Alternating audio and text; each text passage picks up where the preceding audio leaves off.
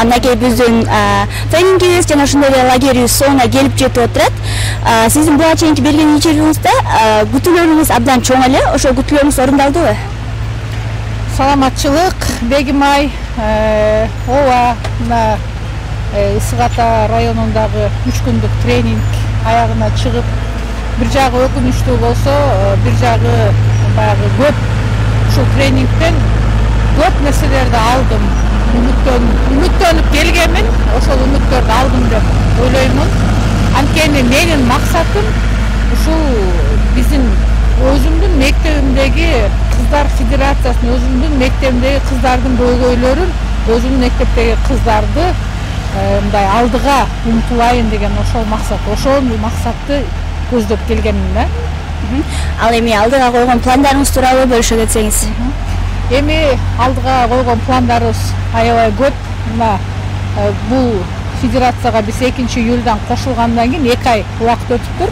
2 айда Мадина онлайн тренинг өткөрдү Zoom аркылуу.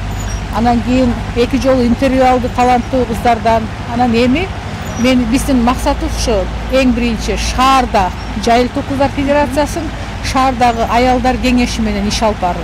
Кыздар федерациясы жөнүндө түшүнүп турат.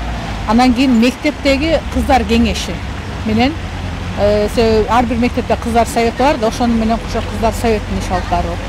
Анан ар бир ошо жанагы шаардагы мектептин директорлоруна мен өзүм лично тренинг өтөм, семинар тренинг. Ушул федерация жөнүндө түшүнүк берип, ошо федерациянын ишин жайылтамын. Анткени бул биздин мектептин окутуу, тарбиялоо процессине эң чоң жардамды берет. Кандай жардам? Эң биринчиден кыздар оратор болуп чыгат экен.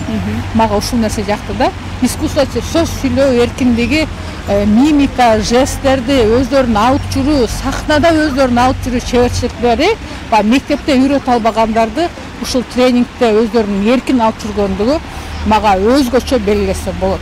Ушул баягы күтүлүүчү натыйжа десе да болот да, мунучу. Чоң рахмат, сизден көптү күтөбүз жана ошондой эле пландарыңыз орундалсын. Рахмат силерге да, Бегимай, силерге дагы чыгармачылык ийгилик каалайм. Келечекте ошо Кыргызстандын алдыңкы лидер кыздарынан болот деген ишеничтемин. Чоң рахмат.